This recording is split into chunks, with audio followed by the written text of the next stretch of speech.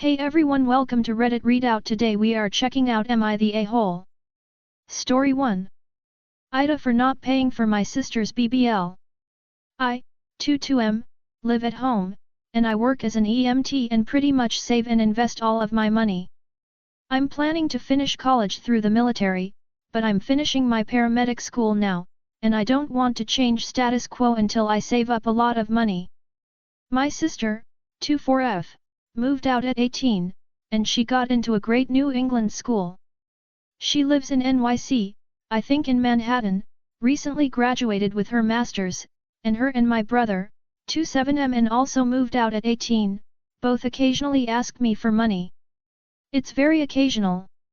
I've given him $7,000 as of 2019, when he graduated and got a better job, he stopped needing me, and my sister a few times a year will ask me for $15 to $200, whether it's $200 to get her hair and nails done for a gala or $20 for Uber Eats, and that's not even considering that when she flies back, I pay for everything and drive her around anytime one of her friends don't. She recently asked me for help for her BBL. Apparently, she's done a similar surgery before, and her only justification for getting a dangerous plastic surgery is that she knows the risks and it would make her happy. She has PCOS, and I think she mainly wants the surgery to relieve her body dysmorphia from how the PCOS made her store fat in more male places. I don't think that's a good reason, and even though I can easily pay the $4,000 to $5,000 needed, I work 90+ hours a week and spend maybe $80 a month. Since my company pays for my gas and car insurance, I don't want to pay for it. I think plastic surgery is unnecessary, and she should just exercise more or get other medical relief. She won't even tell our parents about her plan, because she knows they would obviously highly disapprove. She wouldn't want our brother judging her, and he wouldn't give her money anyway. I asked if her boyfriend would pay for it. He doesn't have much wealth. My money is earmarked for school and housing, so it's basically like I don't have much wealth. She said I shouldn't have led her on, but I just always put it off, because this don't make sense, but we'll talk about this later. I know Reddit is pretty libertarian, so they'll say I'm NTA, but I could have been clearer and I should explain that I'm not a piggy bank, and honesty is important. WIBTA for saying no to paying? Story 2. WIBTA if I deliberately got my sil a gift she doesn't want. I, 28F, have been with Paul, 28M, for 12 years and have 3 kids. My sil Lex, 23F, barely shows interest in seeing our kids, didn't visit or give any gifts for myself or Paul for our birthdays, and did a quick 10 minutes visit for each of our kids the day before their birthdays. She also won't be seeing us for Christmas or her birthday, which is the day after, because she wants to spend it with her BF of 2 months. So we're supposed to give Lex's gift to Mill when we see her that day. There has been no mention of if Lex has gotten us or our children anything. The issue is, I'm done Christmas shopping. I finished in October cause I don't like the crowds close to Christmas and so I can lay by things. I do most of the shopping, with input from Paul, because he works 40-hour weeks and studies part-time. The only person he shops for solo is me. This year I suggested doing a gift basket for Lex, a big one for both Christmas and her birthday cause she always waits till her birthday to open everything anyway. Paul loved the idea, we brainstormed and I made a gift basket with snacks, hair accessories, band shirts, bath and body products etc. She always whinges about her gifts despite Mill spending over $1,000 on her each year for her gifts, but we believed she'd like.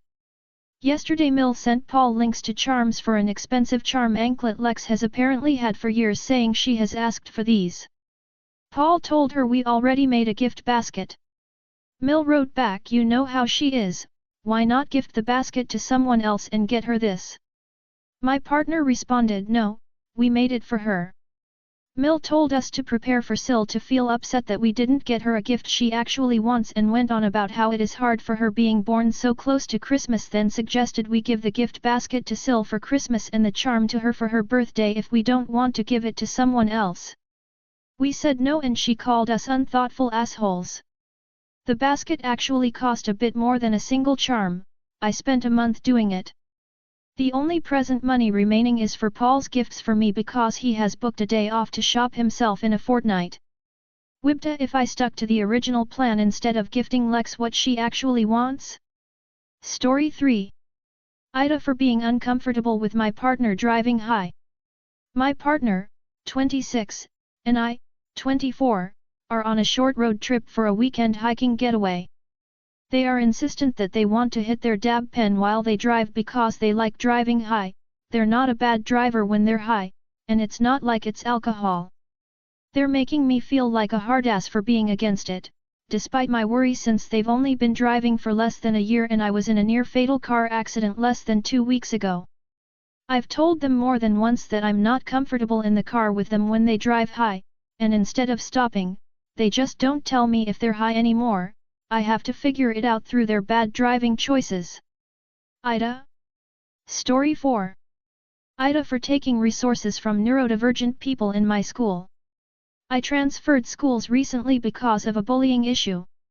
My new school is nice and very inclusive. I'm waiting on an ADHD and ASD diagnoses, but I am almost certain I have both, although I haven't been self-diagnosing at all. The SNA in my classroom is extremely kind and helpful. She often takes my on-movement breaks when I get restless in class and makes sure I'm not zoning out as I often do. There is an area in the school called the Hub for Neurodivergent People, mainly autistic individuals. People go in there for resource classes, movement breaks, and during lunchtimes as the main lunch area can get quite noisy. I have synthesia as I recently found out, which if you didn't know is a condition where the senses cross. My main struggle with it is that whenever someone moves or I see a bright color, I hear a noise. So in the lunch area it can get quite overwhelming when I basically can hear twice as much noise as everybody else. The SNA in my class heard me out about this and she got me a pass to go into the hub at lunchtimes. I didn't think it was a big deal as I went in there for movement breaks too. I was very grateful and have made some great friends in there. One day, about 2 weeks after I had got permission to be in there, when I was hanging out in there during lunchtime, my year head pulled my aside to tell me that she had heard about my situation and would have to ban me from going into the hub because I was taking space from actual neurodivergent people. I was naturally confused because synthesia is a form of being neurodivergent and I was diagnosed with it, so I had every right to be in there. Hardly any students go in there, and I have no special classes in there, so I'm not taking any resources from people who benefited from those classes. I told her the reasons above and she argued that it wasn't a real disability. I told her I was severely overwhelmed in the main lunch area and if she wants me out she can talk to my parents about this or I'd be transferring schools again. She continued to rant on about how I shouldn't be in there and their need to involve parents. Again, I said to call my parents and let me continue eating. She contacted my parents and when they told her basically the same thing I'd told her, she wouldn't take no for an answer. We are now trying to figure out what to do as I can't continue in the school if they aren't accommodating me correctly. So, AITA. Update, my year head said that she can expel me if I do not stop using the hub. Taking a mental health break of school for the next few days. As I said to a commenter, I don't think the upper staff members know about the situation at all, but I feel unsafe with her around, so I'm not going in for this week. I do want to stay in the school as I've made some good friends in the hub, but I'm not sure if I will be able to. Already have transferred schools 2 times because of bullying, so there isn't many options left in my area. More updates will follow. Story 5. AITA for having the power to my apartment disconnected after being asked to leave. 18 months ago I moved into my best friend's apartment because she was struggling to pay rent. Having a pretty good income, I paid the majority of the bills including all of the electric, heating, internet, food costs and half of rent. I was paying roughly $1,800 per month while she was paying $500 per month. 10 months ago my roommate's mother moved in with us and the financials didn't change. I was still paying half of rent, all of the electric, heating, food for 3 people and internet. Her mother paid nothing. My roommate met a guy about a month ago, from the other side of the country, and this week they had planned on him coming to stay with us for 2 weeks. I was not happy about it. It was clear he didn't like me when we chatted on the phone. I digressed and said whatever. 24 hours before he was set to arrive, her mother started an argument with me. Her mother is irrational and rude. After a bit of attempting to appease her, and it not working, she told me, if you have a problem, you can leave, and I said, when do you want me to leave? And she said, right now, so I packed a bag and left. 2 hours later the police showed up to my parents' house to speak to me about the happenings of the night. Her mom claimed that I made her feel scared and demanded a police officer escort me to retrieve my belongings from the apartment. The police told me I don't need them there to retrieve my stuff, and if they try to block me from getting my stuff, to call them. Last night I brought a buddy in a truck, and in an hour and a half we moved all my belongings out from the apartment. Today I called the electric company to have them cancel my electric as I no longer live there. The electric company let me know that they will be shutting off the power to the apartment tomorrow, and reminded me that if the pipes weren't full of antifreeze that they might burst. AITA for not giving my roommates a heads up that they will be shutting off the power. Edit for clarity, I am not on the lease. Story 6. AITA, or are my roommates truly just annoying? 20s MF. I, 22, F, have lived with these roommates, 20s, MF, couple, for the last 2 years. I plan to move out as soon as my lease ends, if not before, where I can find someone to take over the lease for the last of it. Here are some things over the last couple of years. They want a pet after I leave but do not understand pets will behave as such. They give little to no warning that they will have guests/family coming over/staying the night. I'll just walk in and find out they are staying, vacuum during the middle of the night regardless that there are children sleeping in the apartment next door and downstairs, dance, their occupation, and run down the hallways in the middle of the night while cooking dinner, also. Leave most lights on regardless of the neighbors across from our balcony window and me sleeping. I work very early mornings, get annoyed when myself or my cat make loud noises. Only recently found out we have a storage unit in the garage after 2 years which they use and have the key to.